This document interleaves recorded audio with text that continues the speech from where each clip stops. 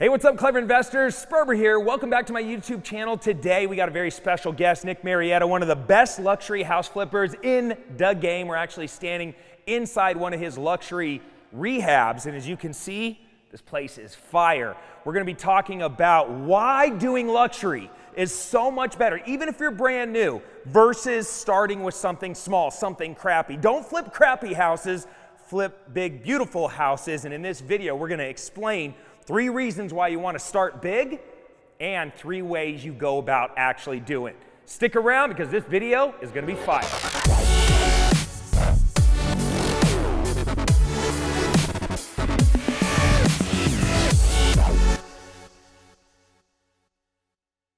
All right, guys, so if you don't know Nick Marietta, we're in Las Vegas. Is this your main market? This is my main market, absolutely. Main market here. This guy has done thousands and thousands, like 7,000 remodels. 7,000 remodels, done over $300 million in development, owns a dope plane. All the fun plane. stuff. He dresses amazing. He's very, very good at construction, a great investor, rehabber, developer, all the things, licensed general contractor, and he's went upstream. He owns the glass company and the freaking HVAC company and like all of them. Like you verticalize. General contracting, anything in it, we do it. He did them all. Which, if when you look at this house and the B-roll footage of this house, even the doors he manufactured. Really smart guy when it comes to construction. Today we're talking about why start big. Right? When I'm in this house, like I'm impressed. Like you walk in here and it's like the honey, stop the car. This is amazing. What are we in, a $5 million house? Yep, $5 million house. And the #1 reason that you always want to start big is because it's 1/4 the amount of work than having 10 little jobs going because you can focus on one job at a time. So don't start with the little house because the same amount of energy that you got to put into this little crap box is the same amount of energy or even less. Analyze it this way. $5 million worth of real estate, 10 houses at $500,000, okay? 10 locations, probably different contractors, different specs, okay? So let's say you made $50,000 a house, okay? When you finish all 10 of them, it's $500,000. What if you did one and made $500,000? You have one location, one contractor, and one place to work from.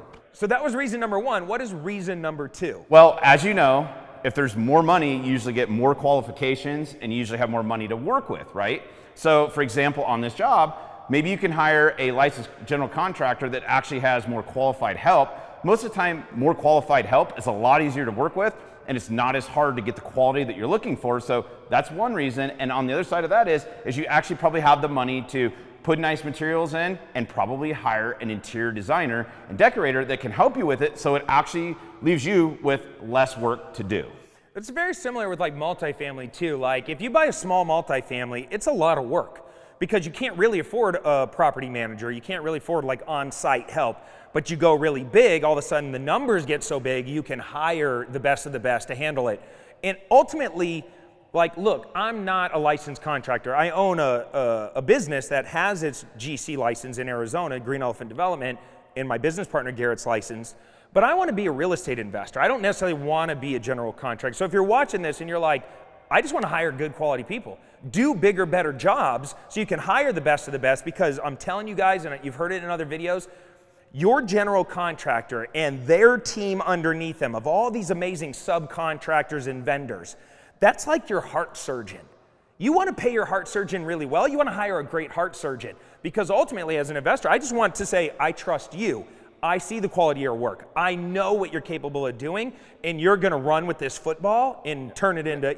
It's basically you're passing the football to an experienced ball player, and you want it done. You don't want to mess around with it. And we know it's going to get done. And as you being an experienced investor, you want to make decisions. You don't want to actually do the work. So if you're hiring somebody with experience, it takes the work out of you. You let the money take care of all of that. So one is it's 1/4 of the work compared to having to do 10 or 15 houses to equal the one amount of profit. 2, you can hire better quality people. What's reason #3? Well, you make more money. Like I said earlier in the video, the example of doing one of these at making $500,000 versus doing 10 smaller houses, let's say $500,000, you make 10%, which is pretty typical, which would be $50,000. So 10 or 1. So let's talk about the life cycle of that, because that's going to be a big question. Well, this could take a lot longer, okay? Well, for you to flip 10 houses, what if you're a new investor or even a seasoned investor? How long does it take you to cycle that, right? How long do you hold them? A project like this, you should be holding between maybe 9 and 12 months, okay? But you could potentially have like 4 of these going at a time. So that's $2 million worth of potential profit when you're working on 10 smaller ones. Let's say you can do 20 a year, that's $1 million, and you have 4 projects, and you could potentially have 1 contractor, 1 designer, like we said, and maybe even 1 agent working on that, and it just streamlines it and cuts the time down. I know for us, man, we were doing rehabs. We were sending our crews all over the valley, right? And they were complaining. They were quitting. There was people stealing materials. Like the cheaper the house is, the rougher the areas, the more BS you got to deal with. Like people stealing materials. Here it comes down to this. What can you not buy in life more of? Time. Time. Guys, it comes down to time. And if you can truncate your time down, you can make more money and be in more places and have more freedom. Isn't that what investing is about? And our quality of being an investor, that significantly changed when we stopped doing 100 rehabs a year all over the valley, and we focused on 1 or 2 main zip codes to build new builds, and now we build $2-3 million houses. Each one of ours has a profit between $500,000 to $1 million. We're due 20 at a time. My crews love it because they're just like bing, bing, bing, bing, bing, bing, bing. And every month we're just closing a deal, closing a deal, closing a deal. And imagine if you had like a profit machine where you made between $500,000 to $1 million per house, and you were closing 1 every 6 weeks. Woo! That's what I'm talking about. Then we could afford the jet, baby. Hey, let's go. How much does a jet cost, by the way? Just in case he's got a sick plane. To get a jet like ours is about $3 million. All right. All we got to do is make a quick $3 million. All right. It's no big deal. It's easy. Let's get on that. All right. So that was the 3 reasons to go really, really big like this. Now, what are the 3 steps to actually doing it? Well, first of all, you have to have money, and quite a bit of money, to do this. So you have to learn how to raise money. That comes down from networking, finding people that's in this, and raising for a bigger project so that you're able to do one of these. And you don't be afraid of that. You might just have to work a little bit harder, but imagine trying to raise money for 10 houses if you're brand new, or versus raising for 1.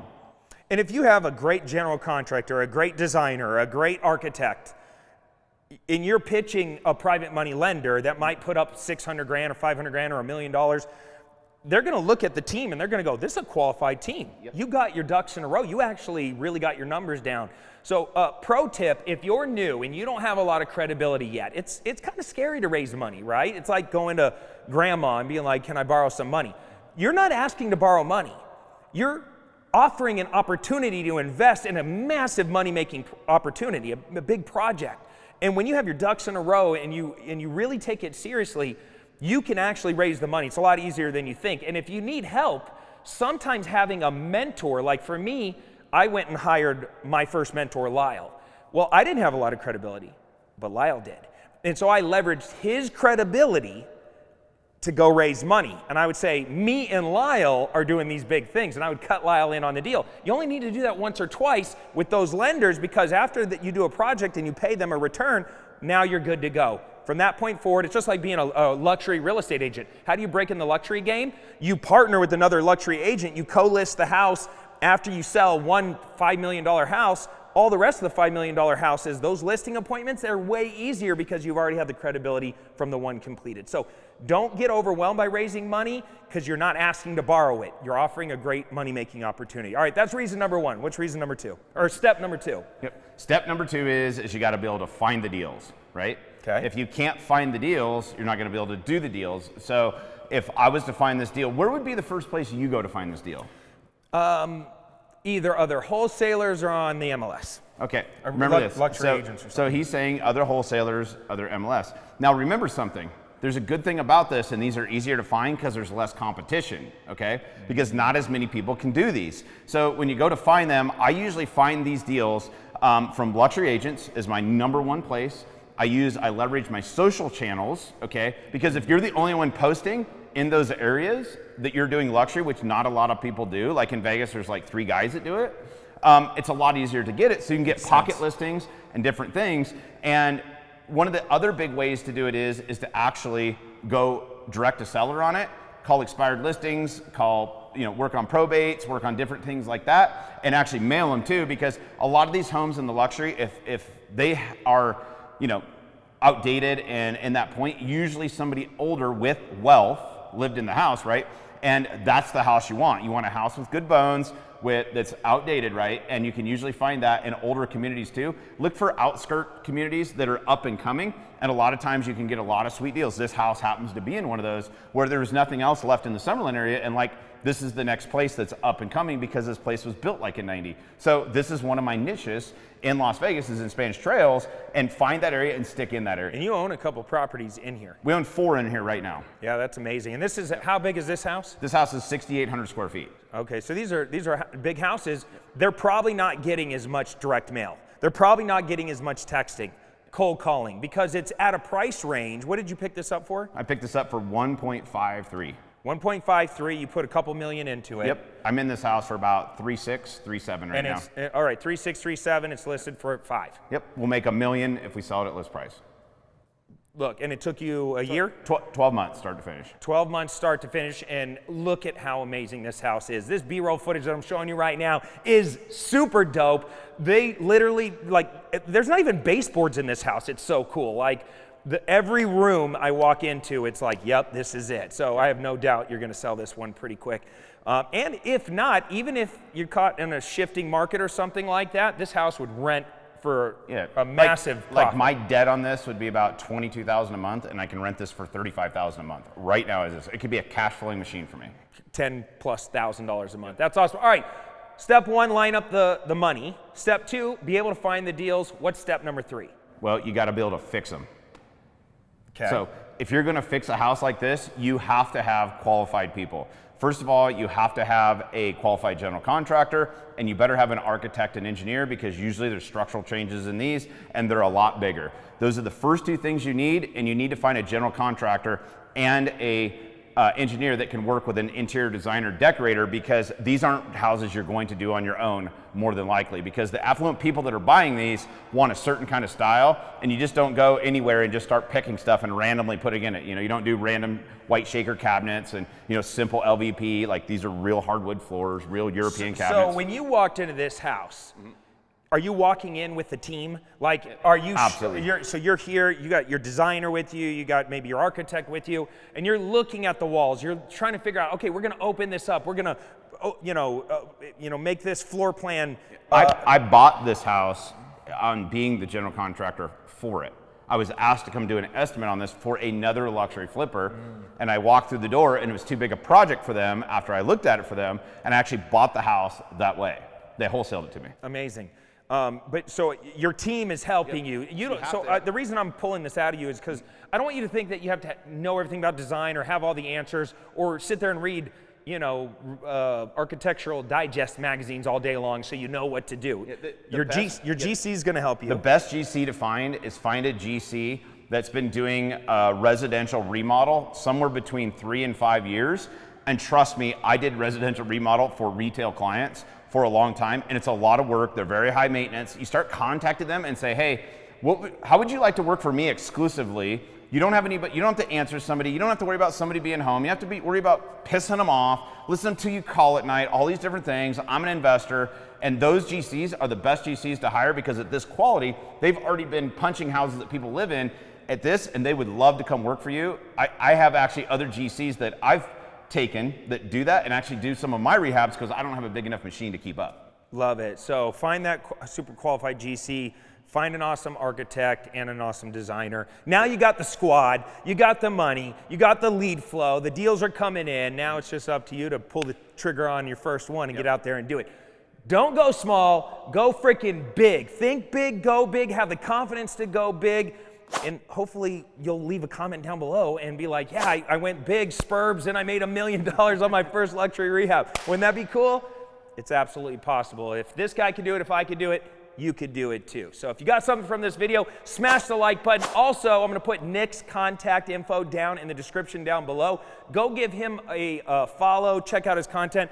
I'm very proud of you, dude. You're like a content machine right now. Yep. Putting out lots of great tips, tactical strategies. It's not fluff, it's not super high level. He gets down in the weeds. He showed you exactly what he's doing and how he's running his operation. It's very impressive. Go give him a follow and check him out, support him. And yeah, that's all I have for you right now. Until next time, we out of here. Take care, comb your hair. Peace.